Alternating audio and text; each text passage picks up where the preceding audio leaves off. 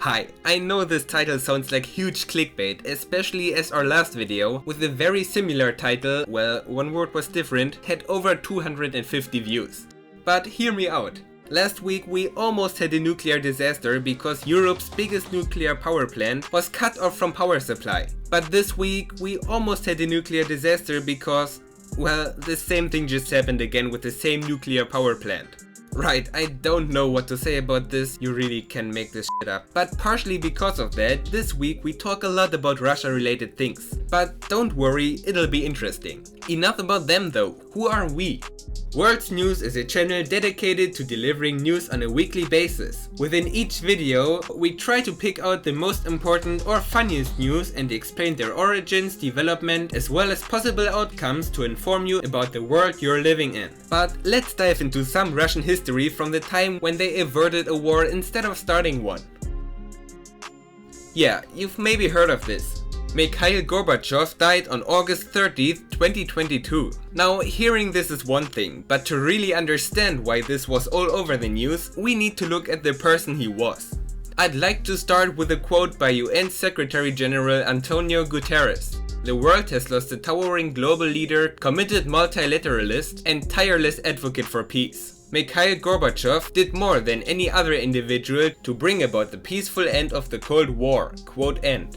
And that sums him up pretty well. He kind of did the exact opposite of what Putin is doing right now. But that's not enough. We need to know more. After what they did to Ukraine, we won't celebrate the Russian ex-leader this easily.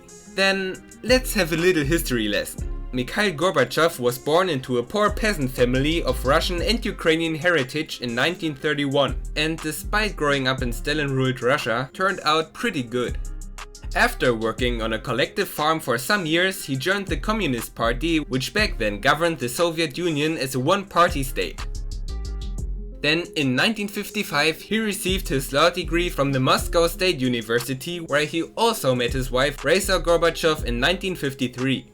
Throughout the years, he was politically active under multiple different Russian leaders. He became a keen proponent of the de-Stalinization reforms of Soviet leader Nikita Khrushchev and worked his way up the ranks and offices until the Politburo finally elected him as General Secretary in 1985. At this point, he pretty much was the leader of the Soviet Union. And although he was committed to preserving the Soviet state and its socialist ideals, Gorbachev believed significant reform to be necessary. So he withdrew troops from the Soviet-Afghan war and embarked on summits with United States President Ronald Reagan to limit nuclear weapons and end the Cold War. That's pretty huge as well.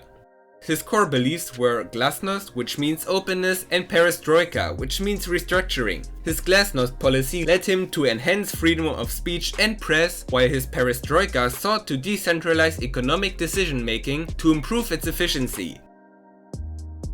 Apart from that, other measures of his undermined the one-party state, allowing various East Bloc countries, like Ukraine or Germany for example, to abandon the Marxist-Leninist governance in 1989 and 1990.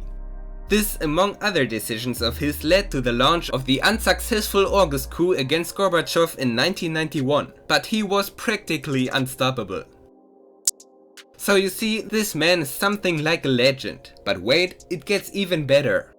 After resigning the presidency, he launched the Gorbachev Foundation, which was partly funded by a Pizza Hut commercial, and he became a vocal critic of the Russian presidents Boris Yeltsin and Vladimir Putin until his death, which occurred last Tuesday.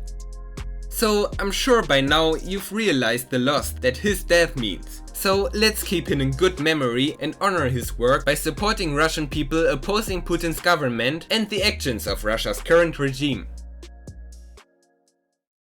Speaking of Russia's government, there are some new developments in this conflict. One of them involves the Nord Stream 1 pipeline. It mainly transports Russian gas and oil to Germany and has been one of Germany's major suppliers of these life-essential resources. But now Russia's state energy firm Gazprom said it had found an oil leak in a turbine on the pipeline. And this basically means that the pipeline will be closed indefinitely.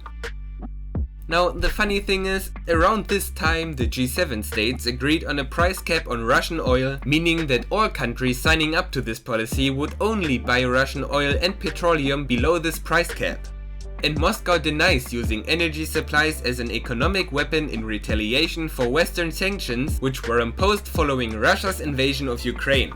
I mean, yeah, of course. Shortly after the G7 states, which Germany is a member of, agreed on sanctions against Russia, a pipeline transporting Russian gas and oil to Germany just so happens to break, so it unfortunately has to be closed. That's too bad. I mean, from a Russian standpoint, I understand why they would do this. But at least have the courage to tell these German families that you're having them freeze this winter.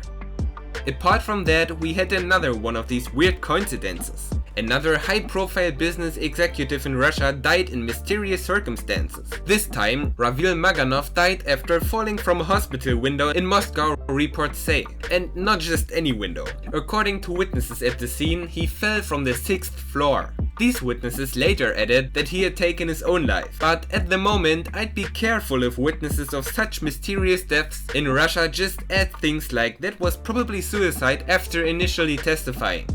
So this stays very mysterious. But to be honest with you, I don't want to go into conspiracy theories too much. I just thought this was an interesting thing to mention. But if there will be new developments concerning these deaths, you'll hear it here on World's News. Oh, and when talking about new developments, I should probably also mention that there are news concerning the Zaporizhzhia power plant in Ukraine. Now, that story is just messed up. Just a few days after the power plant was first cut off from the Ukrainian power grid and we almost had a nuclear disaster, a team of inspectors from the UN nuclear agency arrived at the Zaporizhzhia plant. There, they should inspect the plant to assure that there's no threat of a meltdown or something similar, but they instead have to fear being killed as the plant was once again knocked offline in the early hours of Saturday as sustained shelling destroyed a key power line and penetrated deep into the plant's premises, according to Russian-backed local authorities.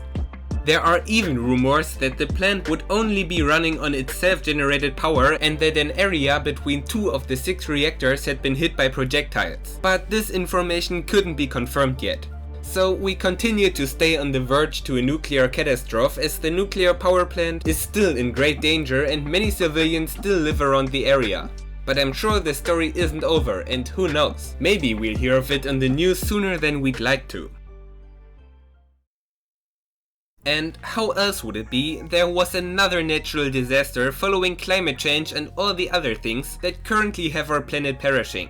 Now remember how last week we talked about severe drought all over the world and that this missing water has other parts of the world flooded? Well, it happened again, this time in the Middle Eastern region. In the past days, Oman had 5 years worth of rain come down in a single day. Flash floods like this one killed thousands of people and influenced the lives of hundreds of thousands of people. To help them, charities all over the world raise millions of dollars, pounds, euros, rupees or whatever you prefer to help those who lost everything in these floods. This once again shows us that something needs to change. But even if this disaster wouldn't change anything, projections on our future show that apocalyptic catastrophes like this one will happen more often in the future. And on top of that, they'll be way worse too. So I'm not looking forward to that, but it'll happen anyways. And I don't really know what to say about this anymore, so let's just move on to the outro.